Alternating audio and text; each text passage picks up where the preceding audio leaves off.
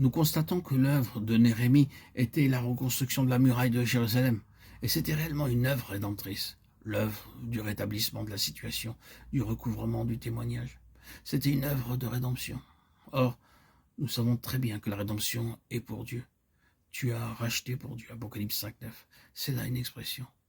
Et l'adoration signifie très simplement que tout est racheté pour Dieu, ramené à Dieu, rétabli pour Dieu. Et cette puissante œuvre de rédemption est toujours opérante, dans ce sens qu'elle agit contre une certaine tendance et évolution de choses qui se sont introduites dans la création par ce qui est arrivé entre Satan et Adam. La rédemption représente un redressement à cause d'une certaine tendance. La tendance de la création, maintenant, est toujours tournée vers le bas. En tout domaine de la création, l'évolution naturelle est vers le bas.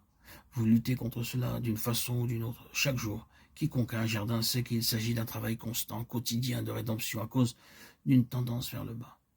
Tout docteur ou infirmière est journellement en train de lutter contre l'évolution vers le bas de la vie physique. À moins que le corps ne soit soigné, à moins qu'il n'y ait l'introduction d'un effet à contresens, l'évolution est de façon naturelle orientée vers le bas. Il y a détérioration, et donc la profession médicale remplit dans son domaine une fonction de rédemption. Et ainsi, nous pourrions continuer d'examiner chaque domaine, parce que partout et en tout, c'est là la tendance naturelle, à savoir le déclin. Et si cela est vrai dans la création naturelle, la création physique, combien cela est vrai dans le domaine spirituel? La Bible est une vaste révélation du fait qu'à moins qu'il n'y ait une puissance opposée introduite du ciel, tout va vers le bas. Maintes fois et toujours à nouveau, nous trouvons dans la Bible ces mouvements vers le bas qui prennent place, à savoir le déclin, la dégénérescence, et Dieu qui réagit en vue de redresser la situation à cause de cette évolution et de racheter pour lui-même. L'adoration, donc, représente la rédemption de tout pour Dieu, en donnant aux choses la signification de Dieu. Réfléchissons un instant à l'élément de base dans l'adoration, laissant la religion à part pour le moment. L'adoration accourt bien au dehors de toute forme ou système religieux. Elle se trouve là, dans la constitution même. Qu'est-ce que l'adoration dans son principe élémentaire? Eh bien, c'est simplement l'élément du mobile dans la vie, c'est-à-dire la raison de vivre, ce qui vaut la peine de vivre.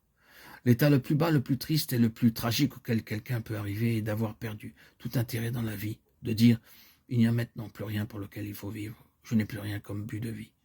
Vous ne pourriez aller plus bas que cela. La vie a été abandonnée, la vie ne détient rien qui envahit la peine. Cette raison est le principe de l'adoration. C'est un mobile pour vivre, quelque chose pour lequel il faut vivre. Et cela est présent dans le monde entier, excepté dans ces domaines tragiques où les gens ont déjà renoncé à la vie parce qu'ils n'ont plus d'intérêt ni de mobile. Je dis que c'est la chose la plus triste et plus terrible qui puisse jamais arriver à quelqu'un. Sauf là où cet état prévaut.